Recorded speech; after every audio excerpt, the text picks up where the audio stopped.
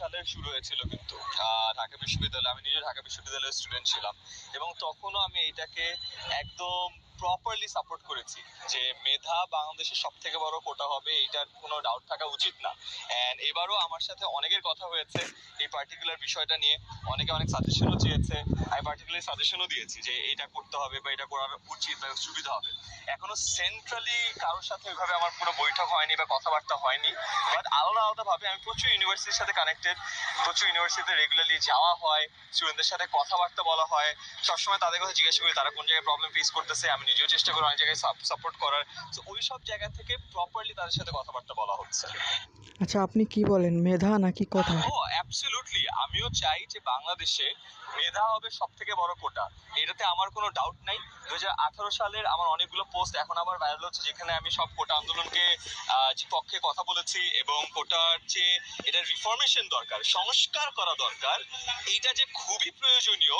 আর এই 2024 সালে এসে এটা প্রয়োজনীয়তা আরো বাড়ছে। 18তে যতটুকু ছিল আমার কাছে মনে হয় 24 এসে আরো বাড়ছে।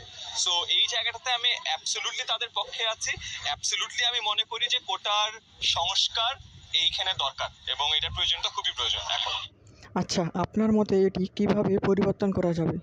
আমরা চেষ্টা করি গুছিয়ে যদি একটা জিনিস সরকারের কাছে, যারা কিনা এই ব্যাপারটা নিয়ে অ্যাকচুয়ালি পদক্ষেপ গ্রহণ করতে পারবে, তাদের কাছে নিয়ে যাওয়া যায়, তাহলে তারা এখানে একটা সুরাহা করতে পারবে। এবং সেই চেষ্টা আমাদের সবসময় ছিল এবং আইটিসি ক্ষেত্রে আমি সেই কাজটা করেছি। এখনই আমার অনেকের কাছে কথা বলছি, আর আমি রেগুলারলি আপডেট নিই যে কি হচ্ছে, কি করা যায়, কি সাপোর্ট দেওয়া যায়। দেখেন, আমাদের সোশ্যাল মিডিয়াতে যারা আছি তাদের এগেইনস্টে একটা কমপ্লেন থাকে, যারা খালি কথা বলে, একটা ভিডিওতে এসে কথা বলে। এই কমপ্লেনটা আমার নামেও আছে। সো এগেন আমি এখন চেষ্টা করি, যেহেতু বয়স হয়েছে, অনেকদিন ধরে আছি, আমার কাছে মনে হচ্ছে যে অনেকজনকে চিনি, এখন হয়তো বা জিনিসপত্র একটু গুছিয়ে করলে কাজটার একটা প্রপার রিফ্লেকশন আপনারা পাবেন। খবরটি ভালো লাগলে গুছিয়ে যখন অবশ্যই একটা কাজ চ্যানেলটিকে করেন, সাবস্ক্রাইব ব্যাকেন্ডের কাজ করবেন কিন্তু এবং দেখা যায় পাশে না। থাকা আমি বেল আইকনটি কতজনের সাথে বাজিয়ে কথা দিন। বলছি, কয়টা সার্ভে করছি, তাদের স্মারকলিপি নিয়ে কি কথাবার্তা বলছি, ইন্টারনালি কোন মহলের সাথে কথা বলছি, কোনো দেখা যায় না। আবার এটা যদি চান যে ব্লগের মতো করে সারাক্ষণ বলবো যে দেখেন আমি ইচ্ছার সাথে কথা বলছি, এই সচিবের সাথে কথা বলছি, এর সাথে কথা বলছি, তাহলে ব্যাপারটা অনেক ফানি হয়ে যাবে, রাইট?